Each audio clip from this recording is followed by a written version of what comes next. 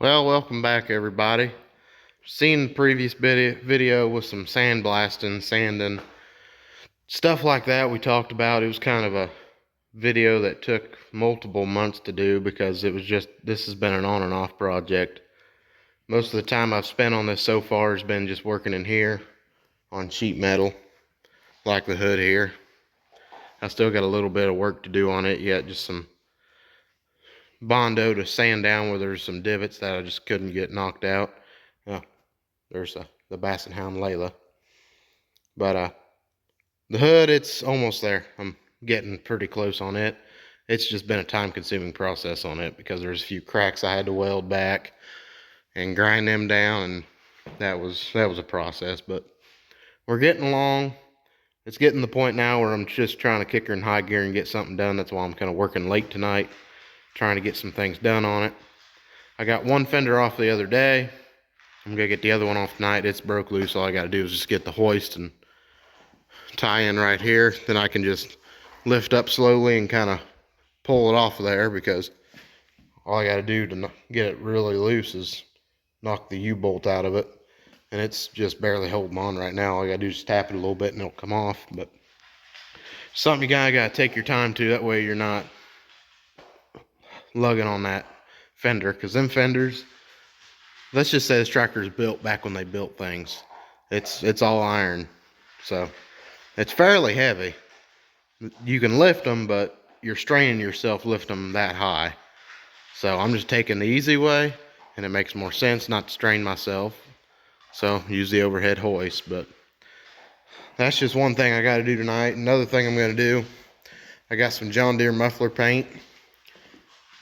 I'm going to put one coat on this muffler tonight. I got it tore apart.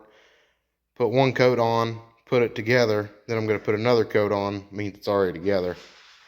That way it's, when we put it back on the tractor, if it gets scuffed or anything, it's got a thicker coat of paint on it. And when you got it apart like this, you can get things painted that you couldn't get painted if it was put together. So that's just kind of the goal on this deal here. So just kind of makes more sense to put multiple coats of paint on it. More paint on there is more paint that it's got to fight through to get any good scuffs on it. But here's the fender I took off the other day. This light, it still works, but I'm probably just going to get a new one anyway. We're going to have to completely rewire it because the wiring on this thing is a mess. It's been cobbled together. They cut wires and they put new ones on, and it's just a mess. So we're just going to start completely over. Probably cut this off and figure out which wire runs what, or we'll just get a completely new wiring harness, which is probably the better thing to do. So may just have to do that. But probably going to do some sandblasting tonight too. Some things. The main part is getting this front shield on here, get it cleaned up. I put some paint stripper on it, and it knocked it pretty loose and took the razor there and was able to peel a lot of it off. And took the sander and put some 400 to it. I ran out of 200 and 220, so I'm using 400, and it just wouldn't eat it through. About all that did was smooth it up, but you can still see paint. Like right there, it's smooth as can be, but it don't look it. So I just said screw it, I'm gonna sandblast it, cover everything up here, that way there's not sand flying back there. And we're probably gonna sandblast this, sandblast the front end while we're out there doing it. So hoping to get a lot done tonight. We'll just have to see what happens, but it's just gonna be wait and see now how much I can get done.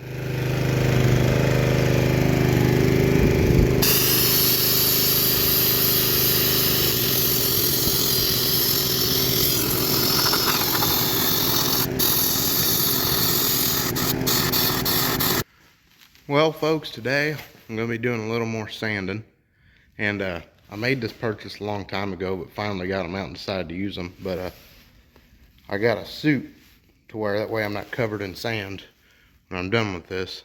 So that should help keep me fairly clean. It is plenty big, but I just went with the biggest size I got. That way they're big enough. And this way, if we're ever doing anything in the winter outside, sandblasting, I can be able to have a winter coat on or coveralls or anything, and it'll still fit over it. And it fits right over my boots, so I ain't got to worry about that. So we're just gonna test this out and see what happens. But got a little bit of sand. We ran it through a sifter and got any big things out of it, and never really had a problem with it, but anything just to make it a little more efficient, because there's a few leaves in there and those get caught in that gun, and occasionally it'll get plugged, but not very often. But just a precaution to take to make things run smoother.